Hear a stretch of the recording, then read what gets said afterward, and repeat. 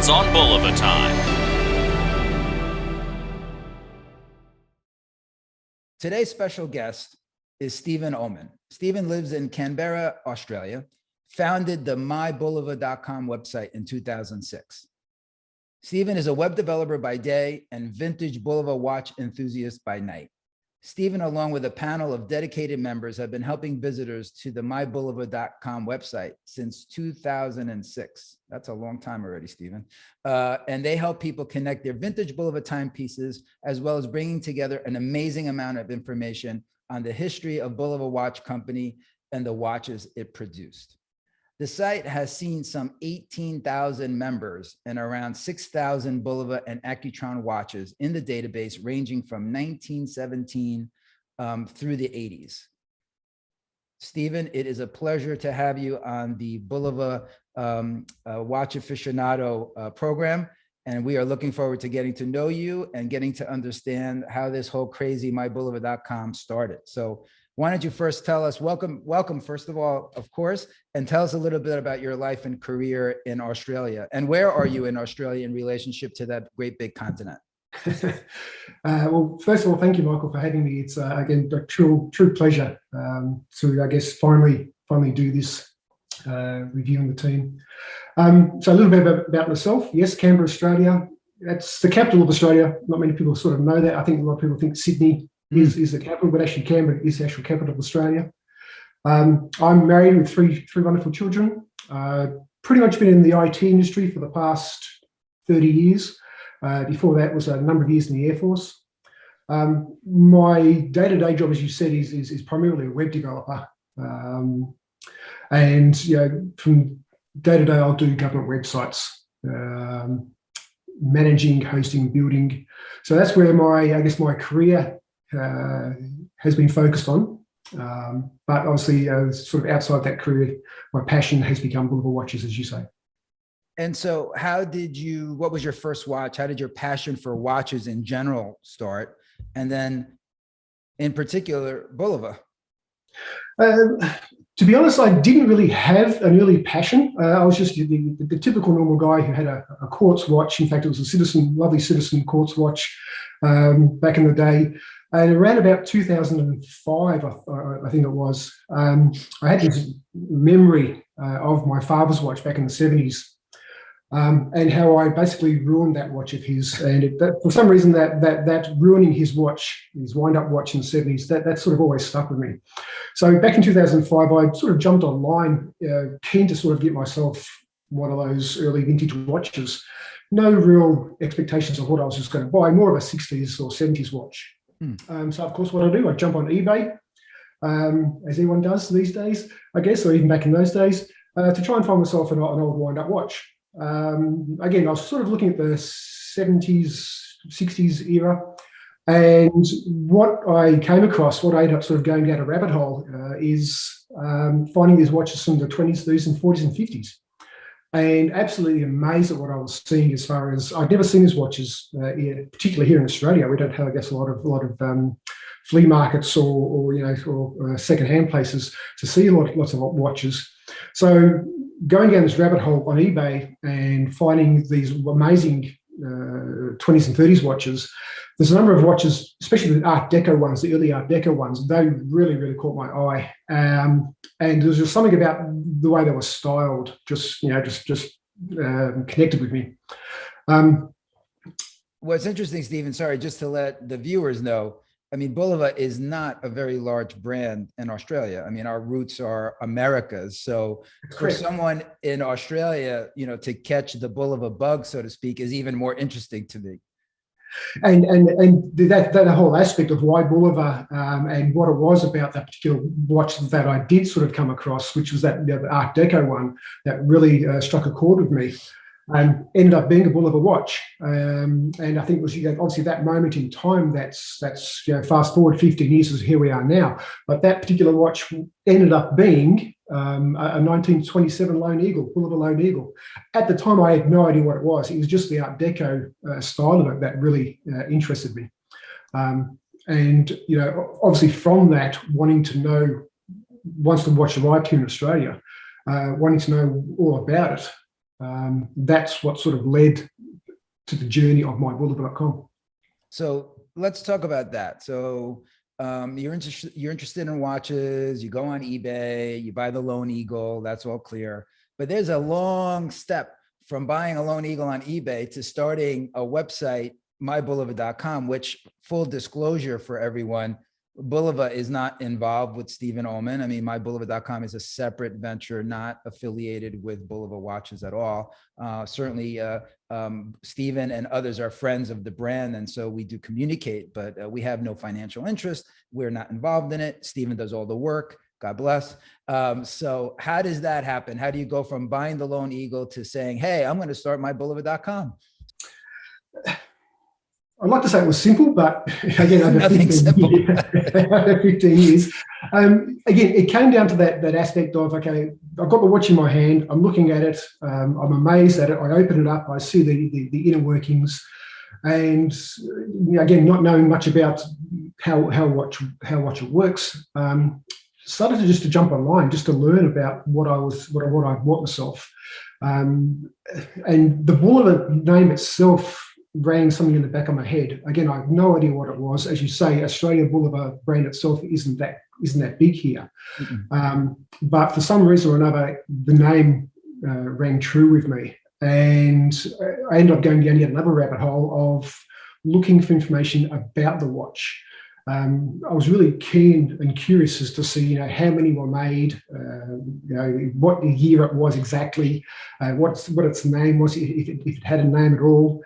And in going through that process of jumping online and doing a quick few Google searches, signing up to a few online watch forums, asking the question to a lot of their members there, it became apparent fairly quickly that there wasn't a lot of information out there on vintage Bulova watches, which, to be honest, really did surprise me. Again, for some reason, I just knew that Bulova was a large company, was a well-known, renowned watch company. And to then sort of, try and dig more and find more around online to try and find something tangible about the company's history, about the watches they produced, even just a list of serial numbers about early Bulova watches. Finding nothing really surprised me. It was one of those moments where this can't be right. Something's wrong here. How can such an amazing, large American company with such a huge history be almost non-existent online in the watch world of watch forums? So for me, because that didn't seem right, I think I had this what I call a light bulb moment. As a web developer, I knew that I could potentially create, or at least start to create a platform that could remedy this. And the idea was that, I'd start a website with the hope that it would become a tool for people like me who had bought themselves or had a vintage Bulova watch and wanted to know more information about it. 2006, mybulova.com was born. So you put the website up and you were founder and member number one. Who came along after? Do you remember who some of those other members were? Are they still around with mybulova? And what were they interested in? What were they asking questions? Were they putting things up on the forum? Just curious. It's funny, one of the first members I had was a gentleman from Hawaii. His name was Will Smith. Will Smith, not the Will Smith. Well, for quite some time, I was always wondering if it was actually the Will Smith. It wasn't the Will Smith. It was another lovely gentleman that I had the privilege of meeting when I went to Hawaii back in 2014. But he was one of the first members. But again, like I said, it was most of the early members were just people like myself who had either had a Bulova watch through a family connection, or who had a Bulova watch in their collection, or had just gone out and bought themselves a vintage Bulova watch. And we're also going down that same journey that I was going down in trying to find more information about the watch. Again, in the early days, there weren't a lot of members. A lot of larger watch forum websites had a sort of subsection that was focused on Bulova watches, but nothing that was just purely focused on Bulova watches. And again, this was part of my aim with my Bulova, was just to make it a sort of a one-stop shop for all things vintage Bulova watches. The idea that it wasn't about myself, one person talking about his Bulova watches. It was more of a case of inviting people to join the website as members, add their own watch with photos and descriptions to the site, and then for us as a group to discuss the merits of that watch, what it could be ID-wise, give it a model name, work out what year it was made, and sort of create a database of watches and see how far we could take that database. Again, obviously in the early days, the idea was to create a database or catalog every single watch that Bulova ever made. That never worked out. Well, what on that point, so what would you say has been the most challenging part of both, creating it and then keeping it going? How much time do you spend, on mybulova.com? I mean, it's a passion project, obviously. So, you're doing it on your free time, I guess, or whenever you have a moment to do some of the work. How much time does it take to keep it going? Again, since 2006, it would be countless hours. It'd be in the thousands of hours, easy. It's a daily ritual, not only for myself, but I know for a lot of the members on the site today, a lot of the panel members that we'll talk about later.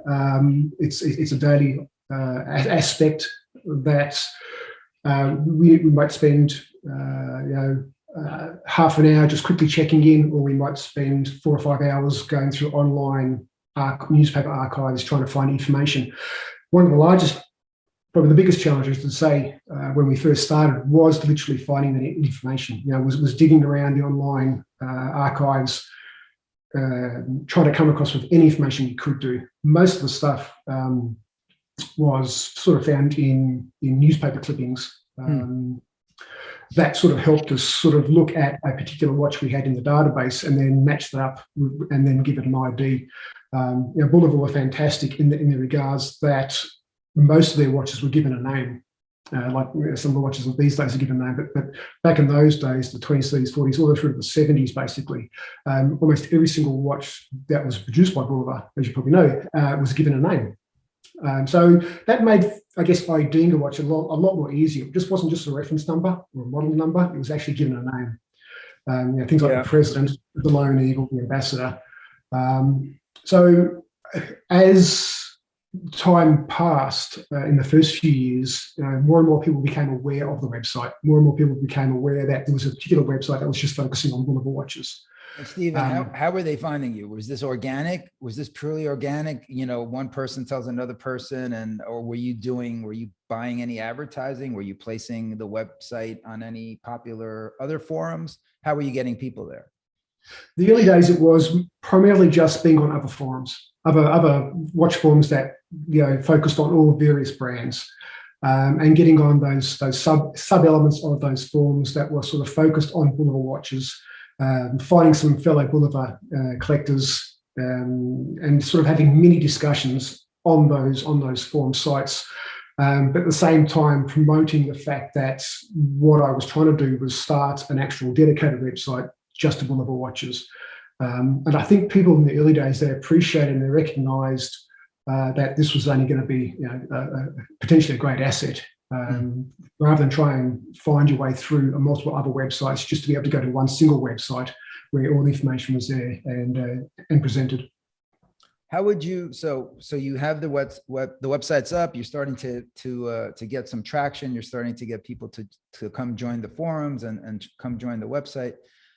How would you define the Bulova collector? Is there a certain DNA of this person? For me, I sort of look at the Bulova collector in 3 different categories. You have the person who has just one Bulova watch, perhaps.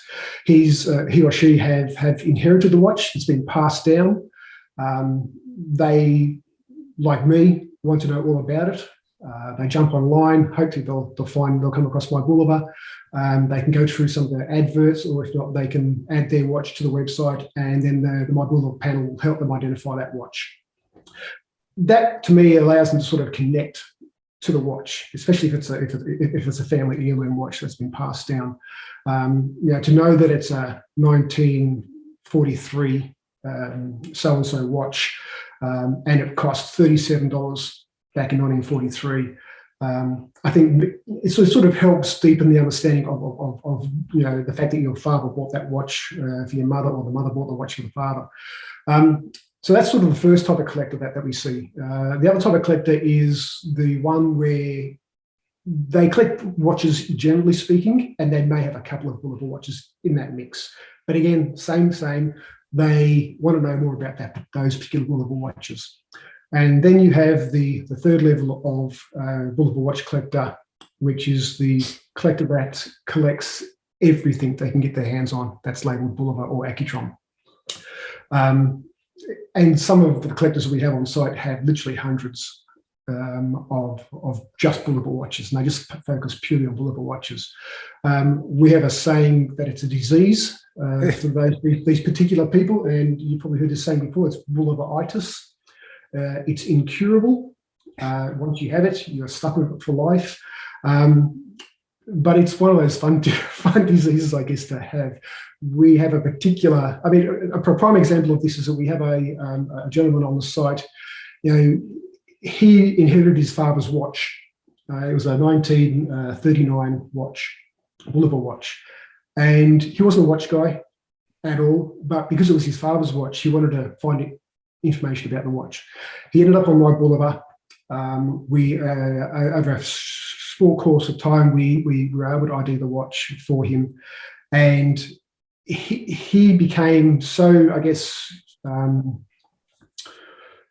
so embedded in that process, and the fact that he now had his watch with a name, his father's watch with a name from 1939, that bonded him and that watch and his father that wasn't there before.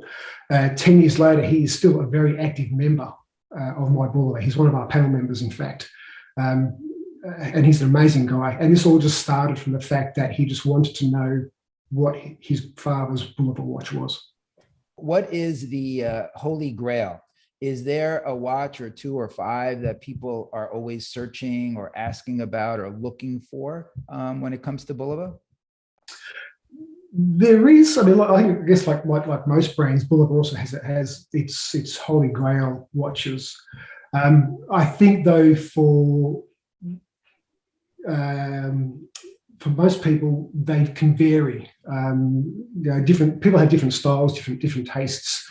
There's certainly a number of watches that, from the community point of view, you must have in your collection, or it'd be fantastic to have in your collection. What would be that? What would be some of those? Again, talking about the 1927 Bulova Lone Eagle. Okay. One of those famous watches that Bulova, in fact, I think it's one of the first commemorative watches that any watch company ever produced to celebrate a particular event. In this case, it was obviously Charles Lindbergh's historic flight 1927. They only made a small number of those, and they actually had a watch that they used for that, went by the name of Conqueror. And in 1925, 1926, they hardly sold any of these particular watches. It was one of the worst watches Bulova ever made during that time. They just could not sell them. It was a $50 watch back in 1927, 1926. What they ended up doing was when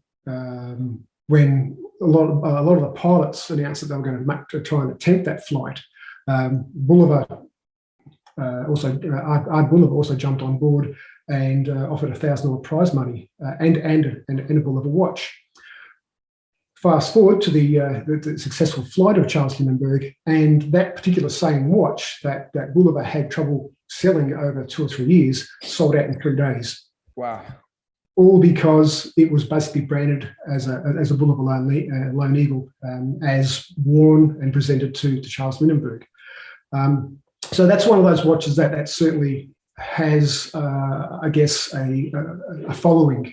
Again, it was just happened to be the first watch that I ever bought. I think I lucked out there. Well, you mentioned the Lone Eagle, and I like to, segue into the next question, because Artie Bulova, he was really the mastermind behind the Lone Eagle and presenting Lindbergh with the watch after his infamous flight. And Artie Bulova, I would say, if Joseph Bulova was the founder and creator of, the basis for the company, I think you could say Artie, and then later on some of the other senior management after Artie were really incredible in marketing and advertising.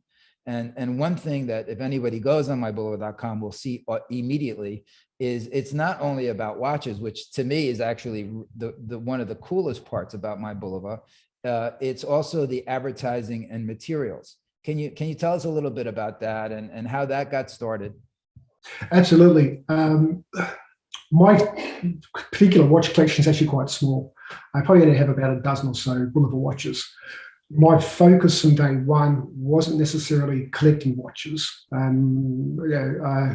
My focus from day one was about information of watches.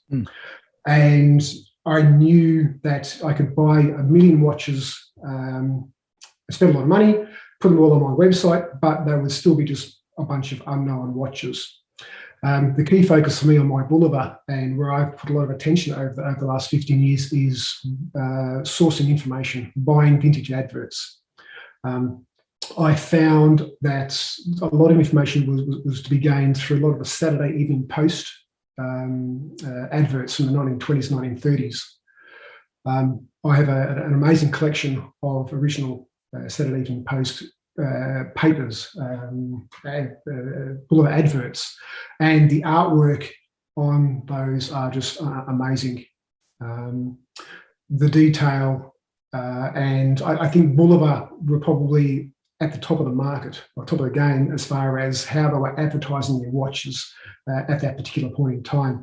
And you can tell that the market audience they were sort of focusing on at that time, which was the debutantes, the new brides, the graduates. There was basically a watch for an occasion as they were marketing in the early days. Behind me here in the museum, you can see some of those adverts. Many of them came from Stephen and some of the other collectors that have really helped us recreate the archives, and then subsequently the museum that I speak to everyone from during every episode. So I have to thank you, Stephen, for that. And it really is one of the main differences. I think Bulova, being an American brand, was also really on the forefront of marketing. And if you really equate modern day advertising and marketing with New York Madison Avenue, if you will, I think they were right in the crosshairs, of all of that. And really ultimately what made the brand so successful, all those decades in the States. So let's get a little personal. And it's a question I have to ask, during every episode for sure. And what is your favorite Bulova watch? I think that question is sort of a foregone conclusion, but at the same time, it's like asking who's your favorite child. Yeah. For me, it has to be the watch that started the journey for me, which is the I don't know if you can see that, but that's the 1927 Lone Eagle. Yeah, that's the watch beautiful. That I bought probably back in 2005. That's the one that literally was the first domino to fall over. The other one I've got is a 1968 Bulova Accutron that my eldest son bought for my 50th birthday. I cherish that as well. It's my first Accutron. Again, small collection. My collection is sort of around 1 or 2 watches from each decade. What's the other one? From my first one to my latest one, which I absolutely love. I haven't stopped looking at it. It's been on my wrist since I received it. I think it was last week. Tell the people what that is. It's a Accutron 2020 Space View, electrostatic movement. and it blows me away. It really does. The fact that I love being able to see the small size of a man's wrist from the 1920s through to what we consider an average size men's watch in 2021. Having almost 100 years separation in watches on my wrists, just purely for this video, it makes me appreciate just how far the company has come. But no, this one, the Earthostatic. I've got to keep taking my eyes off it because I see you customized it already. I mean, yeah, I did. I didn't, to be honest, I didn't want to ruin the gorgeous leather strap that was on there. So it looks good. I like what you did. A chain one on there, which for now it'll do for now. Yeah. Plus, I also tend to wear watches that have a mesh band. So, again, as mentioned in the beginning of our chat, we're not affiliated. MyBulova.com is a separate entity. It's a passion project by you. And we do our work. And so we don't, we communicate, but we don't talk about, necessarily all the time about what we're doing. But just curious, maybe over the last 5 years, what would you say, how has the work that Bulova has been doing here in New York affected or influenced what's been going on have you seen a difference on MyBulova.com? I think we're seeing a lot of younger collectors join as members on the site. Also now we're also seeing those same younger generation who inherit a watch, have a watch passed down from a family relative, who are again going down the same journey that many of us have gone on, wanting to know more about that watch. So I think again to me, it's a funny thing, the fact that it's like, how has Bulova influenced my Bulova? It's the same thing as how has my Bulova influenced Bulova. And I think, as you say, the last few years,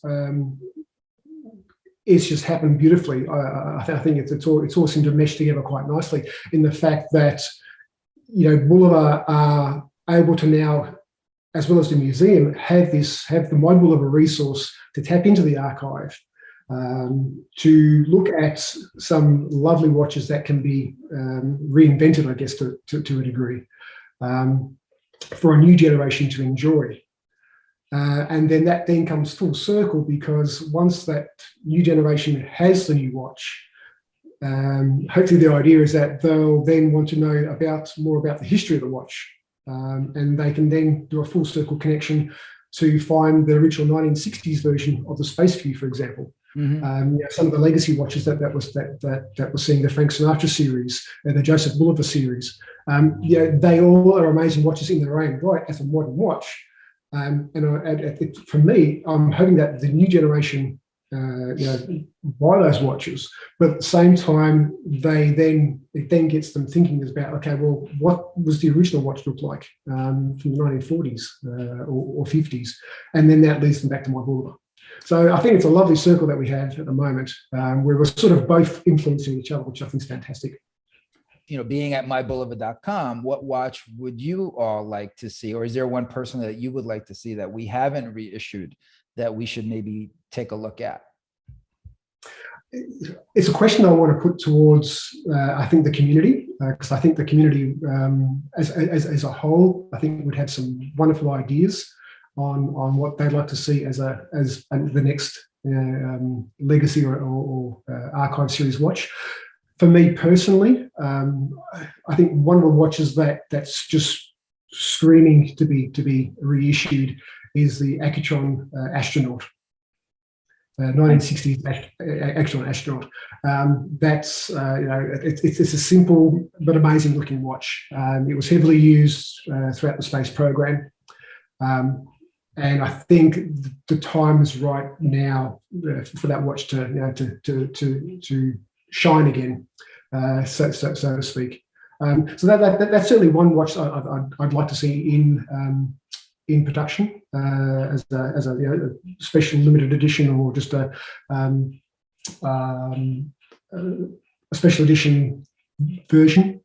But also, I think one of the other series of watches that sort of strikes me through the history of Bulova, it's one of those interesting names, but it's the Academy Award series. Now, this was 1950, 1951, 1952 watches, only short-lived watches. You may have to rebadge the name unless you can pull some strings, but those particular Academy Award Series watches, a lot of them were given to the winners of the awards back in the 50s. But those watches are stunning to look at as well. A lot of them are sort of a tank watch. The Bulova brand has a legacy, of course, and you've been building, I guess, your own legacy over now, soon to be 20 years at some point, with mybulova.com.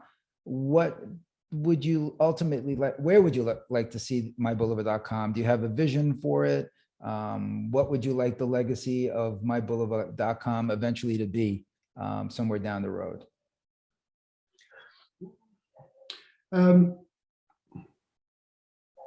From day one, I guess the ultimate goal was to catalogue every watch made by Bulova.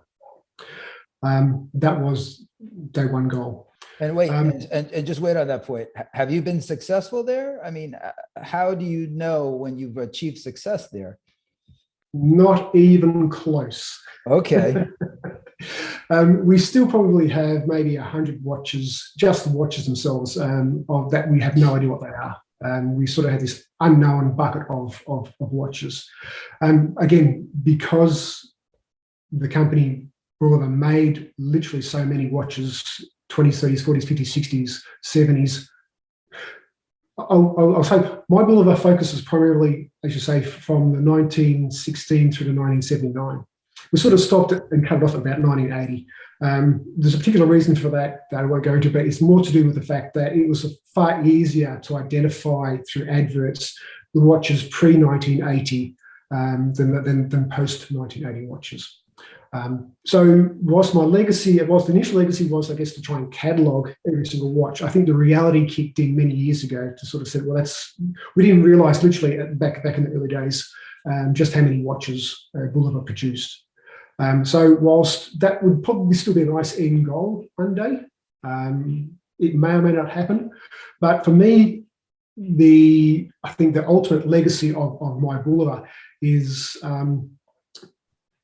creating some centralized archive that both yourself, Bulova company, can use, a person, be a young collector, an old collector, the first-time watch collector, the person who's just inherited the watch. It's an asset, or it's a tool that someone can use to help them identify a watch, connect that watch to the family member, understand a little bit more history about that watch. And I think the website's achieved that fantastically. The fact that even some of the members who've been on there for 10 years, they're still adding watches today that they're finding, because they want to not necessarily sort of showcase their watch, but also just add as an online asset for the future generation, so that in 5, 10, 15, 20 years time, when someone buys a watch or inherits a watch, they can always go to my Bulova, go through the archives, and make that connection about what the watch is. There's such rich history for the company. That's the other flip side of the coin as well, is that it's not only about just being able to identify a watch, but it's also learning more about the company itself. And I said at the outset of the video, I was surprised that such a company like Bulova had limited visibility online. And I'm hoping that with the work that Carl and yourself have done with the museum there, as well as what we've done at My Bulova, that a lot of those gaps, a lot of those holes have been filled in, where now people can really start to appreciate just what an amazing company Bulova was. be that for an old watch or for a new watch. So I have a proposition to make for you from our previous comments that we were discussing about which next new watch, archive watch, let's say, we should make. And so I think we should talk about getting the community, the mybulova.com community. Let's have a moment where we can maybe ask the community what would be the next. Let's have a poll, and let's ask mybulova.com community to really vote for the next watch that we should remake. I think that would be a really fun project to work on together, and really tap into all of that knowledge base that you all have, because I would gather that there isn't a more informed and more enthusiastic group than the 18,000 members that you have on mybulova.com. So do we have a deal? We've definitely got a deal, although be prepared to get a lot of suggestions, I suspect. But absolutely, that we can definitely make that happen. And it certainly will be interesting to see what the outcome of that is. Stephen, pleasure to have you on this episode. I really thank you so much for all the work that you and your group of community Bulova lovers have done for us over the years, and will continue, I'm sure, in the years ahead. And we only wish you all the best success with mybulova.com and everyone there in Australia. Thank you very much. Listen, one more thing before we go. Sure, you have the last word. Mybulova.com is nothing without its members. Mybulova.com is nothing without the panel. And I really want to give a shout out to the panel, because this is a team of 9 people, including myself, that fundamentally make the gears of MyBulova work. There's a gentleman called Jaron, there's Ken, there's Rob, there's Edmundo, there's Kathy, there's Jim, there's Bob, there's Yaroslav, and of course there's good friend Jeffrey Baker, who who's Yes. been a crazy, amazing supporter and friendship over the last 10 years. This group of people, they give their time for free. Some of them have been on there for 10 years, spent thousands of hours. So for me, it's about saying thank you to those people as well, because I'm here because of them, in a large degree. And I think from a team perspective at MyBulova, we'll continue to do what we do because we have such a passion for the brand. And I think it's only going to get more so as time goes on. But again, Michael, thank you very much for having me on. It's been a wonderful pleasure talking to you. Same here, Stephen. Thank you so much.